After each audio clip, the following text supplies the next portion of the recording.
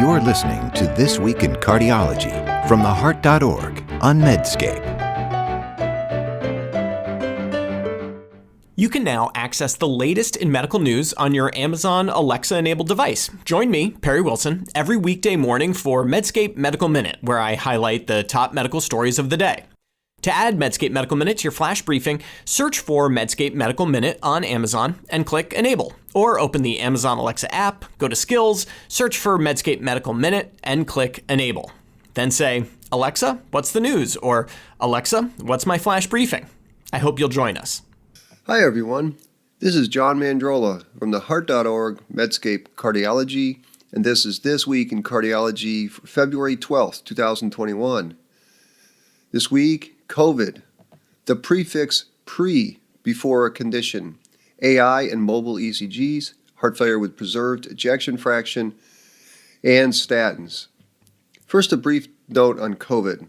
The Johns Hopkins site again reveals plummeting cases. Plus, millions are receiving vaccines that are nearly 100% effective. And our COVID census in our hospital, like so many other hospitals, is decreasing. I've read the details on the virus variants and I understand the caution. But gosh, we've had so much caution. Perhaps some optimism is in order. Morose messaging fails in the cardiology clinic. It'll likely fail in the public sphere too, especially now. First topic today is pre-diabetes. Now, last week I led the podcast with the limits of screening for asymptomatic disease in the carotid arteries. This week I'm going to lead on the limits of the label pre before diabetes in older adults. Now, this pre-diabetes is also found from screening people with no complaints. Before I get to the JAMA internal medicine study, let's set out that hospitals and clinicians have enough manifest disease to treat without creating extra categories for those at risk for a condition like prediabetes or, a few years ago, prehypertension. For instance, did you all know that the AHA and ACC codify something called Stage A heart failure? Now, I wouldn't want to have Stage A heart failure. It sounds bad, but here is its description. You have Stage A heart failure if you are, quote, at risk for heart failure, but without structural heart disease or symptoms of heart failure. Preconditioned states like this are nuts. I mean, not dying at a young age puts you at risk of heart failure and hypertension and diabetes and cancer and falls and dementia and yes, even COVID. Okay, now to the timely and worthy study. PI Dr. Mary Rooney from Johns Hopkins and colleagues used data from the ERIC longitudinal study to look into the risk of progression from prediabetes to diabetes in older adults. Now recall that ERIC is one of those population-based studies like Framingham that follow patients over time. The study included about 3,400 older-aged people without diabetes. The authors used categories to define prediabetes by either hemoglobin A1C or impaired fasting glucose or both. Individuals were followed for over 6.5 years, and the primary endpoint was developing overt diabetes, again defined by hemoglobin A1C or a glucose-lowering medicine, or again fasting glucose. Well, the findings were that the prevalence of prediabetes in these 3,400 patients ranged from about 30% to 65%, depending on the definition used. Bottom line, there was a lot of prediabetes. Among those participants with prediabetes defined by the hemoglobin A1C only, 9% progressed to diabetes, 13% regressed to normal glycemia, and 19% died. And similar patterns were seen in the other categories of prediabetes. In other words, older adults in this fairly representative cohort had a small chance of progressing to true diabetes, and in fact, there was a higher risk of regressing to normal than progressing, and a more than double chance of dying than progressing to diabetes. The authors humbly conclude that prediabetes may not be a robust diagnostic entity in older age. This is an understatement. First of all, as highlighted by the editorialist, even overt type 2 diabetes in older adults could be considered a risk factor, not a disease. Prediabetes, therefore, is a risk factor for a risk factor. And again, as I've said, being alive is a risk factor. Prediabetes in this study was more likely to regress than progress. So the specific translation of this study and others like it are to A, recognize that for older adults with limited life expectancy, prediabetes is irrelevant. B, to consider placing less emphasis on these numbers in healthier older adults. And C, we should revisit the value of prediabetes in middle-aged adults. We should all be thankful for JAMA Internal Medicine, as they are the journal that most often publishes studies that force us to think about overdiagnosis and overtreatment. And I'll close this topic with a quote from Aldous Huxley, who wrote, quote, "Medical science has made such tremendous progress that there is hardly a healthy human left. Let's stop this sort of madness." Okay, next topic is mobile QT interval measurement.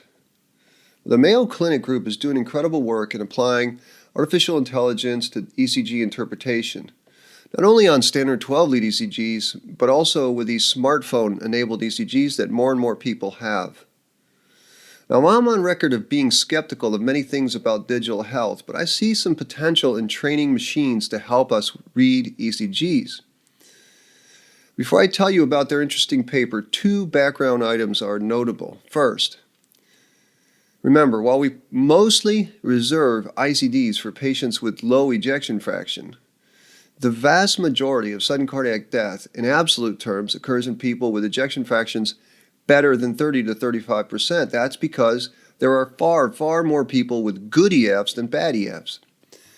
The second important background item is that we know that things that push the QTc above 500 milliseconds, things like genetics and drugs and hypokalemia, cancer, even COVID-19, these are pro-mortality indicators.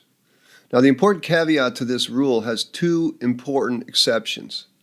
Amiodarone and V-pacing are two QT prolonging factors that do not increase the risk of VT. Now to the study. The Mayo group used 1.6 million standard 12-lead ECGs from more than 500,000 patients seen there to derive a deep neural network, a DNN. Recall that typical machine learning separates big data into a training, testing, and validation subsets, which the authors did. They then compared the DNN system of reading to cardiologist overread as the gold standard.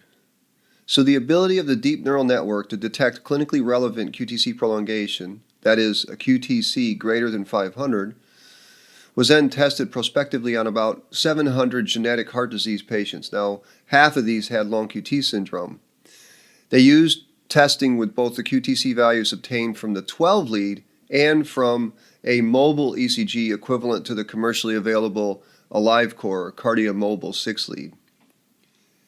Now, in the validation sample, they saw strong agreement between human overread and DNN predicted QTc values. The authors called these nominal differences. And then, in the group of patients seen in the genetic clinic, again, the DNN predicted QTc values from the mobile ECG were similar to those read from a 12-lead by both a QT expert and a commercial core laboratory. And when applied to the mobile ECG tracings, the DNN's ability to detect a QTc greater than 500 milliseconds yielded an area under the curve sensitivity and specificity of 0.97, 80%, and 95% respectively. Those are pretty good numbers. The first thing to say is that you should read both the paper and Steve Stiles' incredible coverage. His is a great piece. Steve gets relevant comments from both the senior author, an enthusiast, and a neutral observer. I also reached out to Dr. Ackerman, the senior investigator, by email. And before I tell you what he said, I will admit a bias. I really like Dr. Ackerman. I've been bugging the heck out of him for more than a decade about clinical long QT questions. And he's always been prompt and generous and helpful. He's been a great teacher to me, just clinically.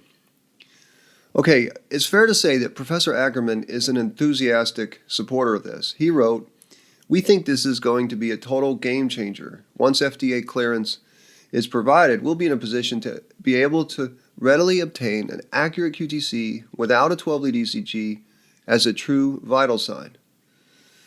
Now, in the paper, they propose futuristic things like doing a spot check in pharmacies when a patient is given a strong QT prolonging drug. Also, what about psychiatry? Many of the drugs they use are QT prolongers, and getting a good QTC without having to go through the whole process of getting a formal 12 lead might be extremely valuable. I also thought about use of the mobile ECG and QTC measurement in a methadone clinic. That might be an application. Now, one obvious large limitation of this technology would be in the realm of screening low-risk populations. Now, keep in mind they tested it in a population enriched with long QT patients.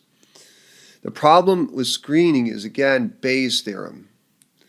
Recall that medical tests, like a QTC measurement, don't tell you if you have a disease. It just updates your prior probability. By the way, it's the same concept with clinical trials. Let's say you're not at Mayo Clinic and your population has only a 1% incidence of long QT syndrome. That is the prior, and 1% is probably high for a general population. Bayes' theorem calls for multiplying the prior, or the prevalence of the condition, by the likelihood ratio from the test to get the chance of having the problem if your test is positive. Now, the likelihood ratio here is the chance of having a positive test, the sensitivity, divided by the false positive rate, or 1 minus the specificity. So the DNN-enabled ECG sensitivity is 70%, the specificity is 95%, which sounds good, right? So you divide 70% by 5%, you get an odds ratio of 14. That also sounds good. In other words, with these characteristics, the DNN-enabled mobile ECG would update your 1% probability of having long QT by 14 to about 0.14 odds, or a 12% probability. You see the problem. More than 85 out of 100 patients tested, in this case, would be false positives. Dr. Ackerman agreed that specificity needs to improve before widespread screening, but he also noted that a positive predictive value of 10 to 20% isn't too shabby. That is, he wrote, "It is precisely the overall positive predictive value of ECG screening programs right now. In other words, anytime an athlete ECG flags an athlete with an ECG foul, we should be lifting up the penalty flag about 80 to 90% of the time." So I may be wrong, but I have a similar feeling about this whole AI and ECG thing as my initial thoughts on CRT when someone first asked me many, many years ago whether putting an LV lead in the CS could reverse left bundle branch block and improve heart failure. I said at that time, laugh out loud, that would never work. So I was totally wrong. In other words, being pessimistic here about AI might also be the wrong take. Next topic is heart failure with preserved ejection fraction. Another RCT in heart failure with preserved ejection fraction has been published, this one by JAMA. Before I even tell you what the trial tested or what the results were, you can use Bayes' theorem to predict the outcome. Your prior in this condition is extremely pessimistic because no trial of many has delivered a statistically significant overall primary endpoint. So, if you are multiplying, say, 99 to 1 odds of a null hypothesis times even a very good result from the trial, your outcome is likely to still be null. Do it in your head. 99 times 0.05 is equal to 5, or an 83% probability of the null. By the way, my wife Stacy uses Bayes to predict my chance of closing cabinets or my bureau drawers, and she too has pessimistic priors. Indeed, this 3-arm RCT of high-intensity exercise versus moderate-intensity continuous exercise versus standard recommendations for physical activity, done in 5 centers in Europe in 180 highly selected patients with heart failure with preserved ejection fraction, failed to show a statistically significant difference in the primary endpoint of change in peak VO2. What's more, there were no major differences between these groups in things like BNP or diastolic parameters or KCCQ quality of life questions. Please do read Patrice Wendling's excellent news coverage. And as an exerciser and advocate for high-intensity exercise, this is disappointing. The investigators set the stage for a good outcome. They screened more than 500 patients and enrolled 180 presumably motivated patients.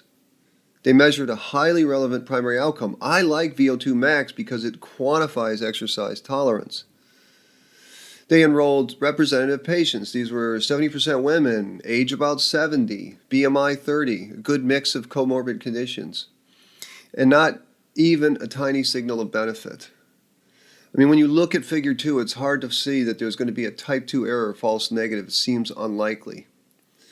Now, I know what you may be thinking. You say, come on, Mandrola, despite telemedicine support, only about a half of the patients performed at least 70% of the prescribed training sessions during home-based exercise training.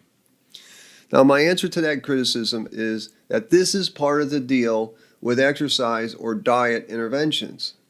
Part of it is the physiologic effects, right, the exercise, and the other part is the adherence. It's a classic example of why intention to treat is so important. It's like if you had a wonder drug that delivered these huge benefits, but a third of the people couldn't take it because it burned their esophagus, it wouldn't be a very good drug. That said, I still think we can tell our patients with heart failure with preserved ejection fraction to be as active as possible. Walking and regular exercise is always a wise prescription. And I still hold out some hope that the SGLT2 inhibitor class will be beneficial in this group of patients. We shall see. The final topic today is observational study Follies. Now, I mention this study only for its lesson in why we should either ignore or be very cautious with observational studies. A group of well-meaning authors looked back retrospectively using 2 data sets at patients who had adhesion-related abdominal issues.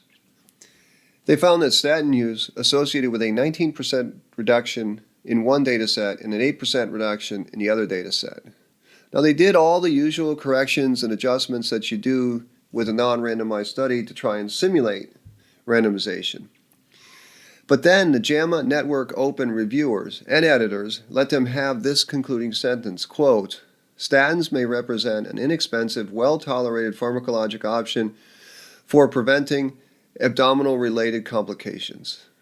My friends, this is awful. You simply cannot make these sorts of highly improbable causal claims that statins reduce adhesions without a proper randomized trial. The decision to use the statin in the first place must be random, and then you can assess adhesion complications as a primary endpoint. There are many, many good reasons to take a statin. Reduction of cardiac events, but reduction of adhesion lesions is not one of them. What's more, let's do a fantasy exercise and let's just pretend that these results were true. It's likely not true, but it's a great exercise in looking at absolute risk reduction. Okay, here it goes. The total event rate in one of the data sets was 1.4%. The statistically significant 19% relative reduction would reduce events, therefore, by 0.26%. So instead of a 1.4% risk of an adhesion, you'd have about a 1.1 risk of an adhesion. The total event rate in the other data set was 4.6%, and the 8% relative risk reduction would lead to a 0.37% reduction. So instead of having a 4.6% rate of adhesions, you'd have a 4.2 risk of an adhesion. I mean, these are tiny, insignificant differences. I understand why papers like this get done. Publications are the currency of academics.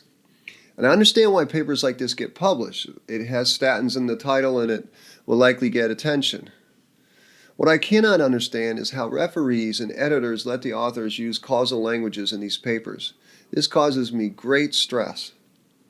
Now, there was another Howler coffee observational study this week, but I'm just too tired to beat that one up as well. Next week, I'm going to review the big semaglutide and weight loss paper that was published in New England Journal of Medicine. And that's it for this week in cardiology. As always, I'm grateful that you listened, and remember, if you like this podcast, please take the time to give us a rating or even writing us a 1 or 2 sentence review, as that helps others find us. Until next week, this is John Mandrola from the Heart.org Medscape Cardiology. You're listening to This Week in Cardiology from the Heart.org on Medscape.